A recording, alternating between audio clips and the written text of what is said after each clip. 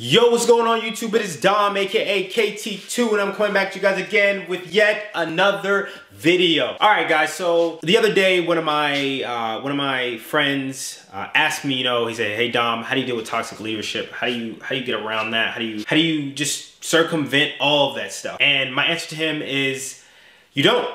You can't. At the end of the day, eventually you're gonna get into a situation, into a shape, form, or fashion, something like that. You're gonna deal with toxic leadership. It is going to get there. You're gonna deal with some leaders that you think are just the absolute worst.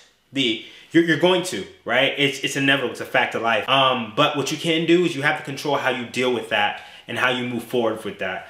Obviously, my first inclination, my first thing to do is to told him, like, look, yo, just go and talk to him.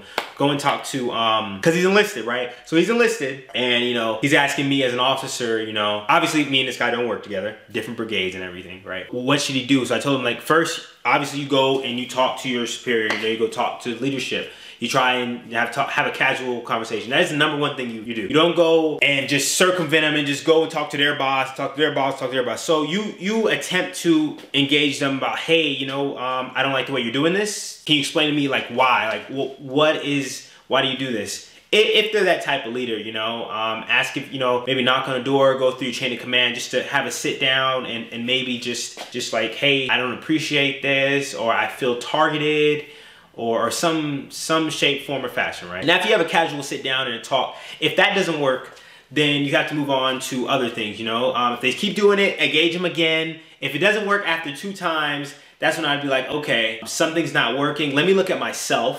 Is there something that I'm doing? Then you have to take a hard look in the mirror and be like, hey, am I doing something to onset this? You have to really look and be like, okay, is this me? Because I've talked to this person twice. They're obviously in a leadership position, so they can't be totally out the park. They can't be totally weird.